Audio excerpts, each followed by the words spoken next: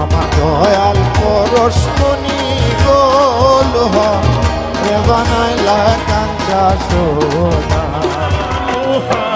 রে বানাইলা রে কাঞ্চা সোনা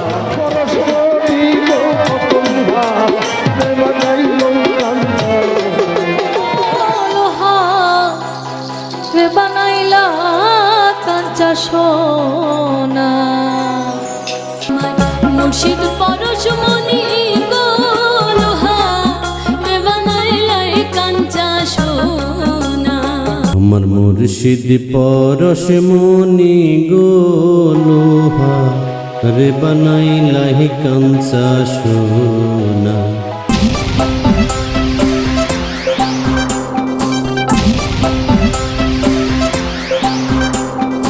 আমার মুর্শিদ পরশমণি গো লোহারে বানাইলা রে কাঞ্চা সোনা।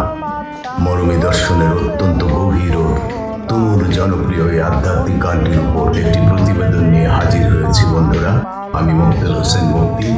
হ্যাঁ বন্ধুরা, ভিডিওটি না টেনে পুরো ভিডিওটি দেখার অনুরোধ রইল এবং সাবস্ক্রাইব করে এগিয়ে যেতে সহযোগিতার জন্য অনুরোধ করছি। মুর্শিদ পরশমণি গো লোহা রে বানাইলা কাঞ্চা সোনা আমার মুর্শিদ পরশমণি গো লোহাকে কাঁচা সোনা বানানোর আধ্যাত্মিক রহস্য ও ভাবার্থ। আমার মুর্শিদ পরশমণি গো লোহার বানাইলাই রে কাঞ্চা সোনা। মুর্শিদের রতন অমূল্য ধন জীবন থাকতে চিনলাম না। আধ্যাত্মিক জগতের এই বিখ্যাত গানটি শোনেননি এমন বাঙালি খুঁজে পাওয়া দায়।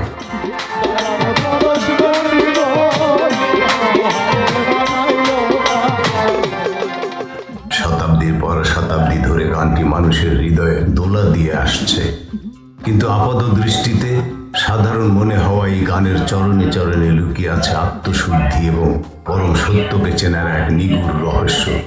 আজকের ভিডিওতে আমরা জানব এই কালোজয়ী গানের পেছনের কারিগর এবং এর গভীর আধ্যাত্মিক ভাবার্থ সম্পর্কে। কালা শায়খুন ওরে পাগল মন গানের স্রষ্টা, গীতিকার ও সুরকার। এই আধ্যাত্মিক গানটির মূল স্রষ্টা হলেন প্রখ্যাত মরমী সাধক এবং বাউল কবি বাউল কালা শাহ। অনেকের কাছে তিনি ফকির কালু শাহ নামেও সমধিক পরিচিত। জীবন থাকতে চিনলাম না লোহা রে বানাইলা কাঞ্চা সোনা হ্যাঁ বন্ধুরা, কালা শাহ ফকিরের জীবনী পরিচিতি জনৈক আব্দুর রাজ্জাক প্রকাশিত। কালা শাহ 1842 সালে জন্ম এবং 1958 খ্রিস্টাব্দে মৃত্যুবরণ করেছেন। সেখানে পাওয়া কিছু তথ্য এভাবেই লেখা রয়েছে। ব্রাহ্মণবাড়িয়ার বাঞ্ছারামপুর থানার পর্দাবাজ গ্রাম, পরবর্তী বাসস্থান ও ওফার সুনামগঞ্জের দিরাই থানার ধাইপুর গ্রাম। তবে তিনি সপরিবার দিরাই থানার সুনামগঞ্জের ধাইপুর গ্রামের বাসিন্দা ছিলেন বলে জানা যায়। সেখানেই তার কবর রয়েছে। উল্লেখ আবশ্যক যে তার জন্ম তারিখ নিয়ে মতভেদ রয়েছে। তার লেখা অনেক জনপ্রিয় গান আছে, তার মধ্যে সবচেয়ে বেশি জনপ্রিয় হলো আমার মুর্শিদ পরশমণি গো লোহারে বানাইলা কাঞ্চা সোনা এবং নিরিখ বান ধরে দুই নয়নে ভুইল না মন তাহারে। কালা শায় কয় ওরে পাগল মন। গানটির মূল সুরকারও তিনি নিজেই। গানটির প্রথম ও জনপ্রিয় কণ্ঠশিল্পী। লোকমুখে প্রচলিত বাউল ধারা থেকে এই গানটিকে আধুনিক যুগের শ্রোতাদের কাছে এবং গ্রামোফোন রেকর্ডে প্রথম স্তরে জনপ্রিয় করে তুলেছেন বাংলার প্রবীণ বাউল সাধকেরা। পরবর্তীতে বাংলাদেশের জীবন্ত কিংবদন্তি মমতাজ বেগম, ফকির শাহাবুদ্দিন এবং অন্যান্য শিল্পীরাও গেয়েছেন। তবে ইউটিউবে কালু শাহ ফকিরের নিজের গাওয়া একটি অডিও গানও পাওয়া যায় এবং সমসাময়িক অনেক লোকশিল্পী এই গানটি গিয়ে নতুন প্রজন্মের কাছে এর আবেদন বহুগুণ বাড়িয়ে দিয়েছেন। মুর্শিদ পরশমণি গো লোহা রে বানাইলা কাঞ্চা সোনা। গানের মূল ভাবার্থ ও মরমী তত্ত্ব, কোর মিনিং। গানের অন্তরাগুলো এতই সুন্দর, এতই মধুর এবং এতই গুরুত্বপূর্ণ কথাবার্তা বন্ধুরা আপনারা শুনলেই বুঝতে পারবেন। এই গানটির মূল দর্শন দাঁড়িয়ে আছে গুরুবাদ এবং রূপান্তর তত্ত্ব এর উপর। এবার আসা যাক গানটির মূল ভাবার্থ এবং দেহতত্ত্ব নিয়ে। পরশমণি ও লোহার রহস্য। বাউল দর্শনে লোহা হলো মানুষের কাম, ক্রোধ, লোভ ও অহংকারে ভরা সাধারণ কলুষিত মন, আর পরশমণি হলেন আধ্যাত্মিক গুরু বা মুর্শিদ। পরশ পাথরের স্পর্শে লোহা যেমন সোনা হয়ে যায়, তেমনি একজন কামেল মুর্শিদের ছোঁয়ায় মানুষের ভেতরের পশুত্ব দূর হয়ে সে কাঞ্চা সোনা বা খাঁটি মানুষে রূপান্তরিত হয়। বন্ধুরা, এই বিষয়টি শুধু গুরু শিষ্য বা মুর্শিদ বা সঙ্গীতের ক্ষেত্রেই নয়, ব্যক্তি জীবনে আপনি খুঁজে দেখুন।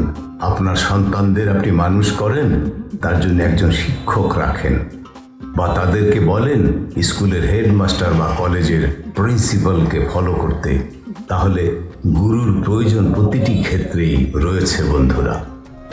বিনা দুধে দই পাতিয়া তুইলা সে মাখন।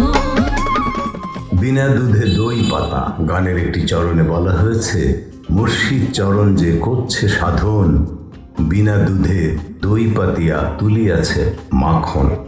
এর অর্থ হলো কোনো বাহ্যিক উপাদান ছাড়াই কেবল গভীর ধ্যান, ভক্তি এবং একাগ্রতার মাধ্যমে সাধক তার অন্তরে ঐশ্বরিক প্রেমের মাখন বা পরম জ্ঞান লাভ করতে পারেন।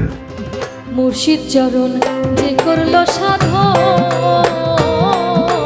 কালাশা ফকির তার আধ্যাত্মিক প্রেম ও গুরু ভক্তিকে গ্রামীণ এবং দেহতত্ত্বের সহজ শব্দের বুননে এই গানে ফুটিয়ে তুলেছেন। গানটির ভণিতায় তিনি নিজেই বলেছেন, কালাশায় কয় ওরে মন পাগল, সরলে গরল মিশাইয়া হারাইলি সকল। সরলে গরল মিশাইয়া হারাইলে রত। হৃদ কমলে ফুল ফোটা, হৃদ কমলে যখন ফুটবে ফুল, মন ভোমরা জ্ঞান চোরা তোর হইবে নাম আকুল। মানুষের হৃদয়ে যখন ভক্তির ফুল ফোটে, তখন জাগতিক সমস্ত লোভ, লালসা বা মোহ বিলীন হয়ে যায়। সাধক তখন শুধু পরমাত্মার ধ্যানেই মগ্ন থাকেন। কাঞ্চা সোনা পরশমণি গো লোহা, রে বানাইলো কাঞ্চা লোহা রে বানাইলা কাঞ্চা সোনা। আমার মুর্শিদ পরশমণি গো লোহা রে বানাইলা কাঞ্চা সোনা। ফকির কালাশাহের এই অমর সৃষ্টি কেবল একটি সাধারণ গান নয় বন্ধুরা, এটি প্রতিটি মানুষের আত্মশুদ্ধি এবং খাঁটি মানুষ হওয়ার এক অনন্য আকুতি। জাগতিক মোহের ভিড়ে এই গানটি আজও আমাদের অন্তরাত্মাকে নাড়া দিয়ে যায়। আমাদের আজকের এই আধ্যাত্মিক নিবেদনটি আপনার কেমন লাগলো কমেন্ট করে অবশ্যই জানান। হ্যাঁ বন্ধুরা, বাংলার লোকজ সংস্কৃতি, হারিয়ে যাওয়া কিংবদন্তিদের সকল সংগ্রহ, সকল অমর সৃষ্টি, গান, সঙ্গীত, কবিতা, কাব্যগ্রন্থ যেমন ময়মনসিংহ গীতিকা, এ সকল তথ্যগুলো সংগ্রহে রাখা একান্ত জরুরি এবং সরকারিভাবেও এগুলো সংগ্রহের উদ্যোগ আরও গুরুত্বপূর্ণভাবে নেওয়া উচিত বলে আমি মনে করি বন্ধুরা। হ্যাঁ বন্ধুরা, এই ধরনের কালোজয়ী গানের রহস্য ইতিহাস জানতে আমাদের চ্যানেলটি সাবস্ক্রাইব করে বেল আইকনটি চেপে রাখুন। আবারও বলে রাখি, আমি বৃদ্ধ মানুষ, আমার বাংলা উচ্চারণের ভুল ত্রুটি ক্ষমা করে দেবেন।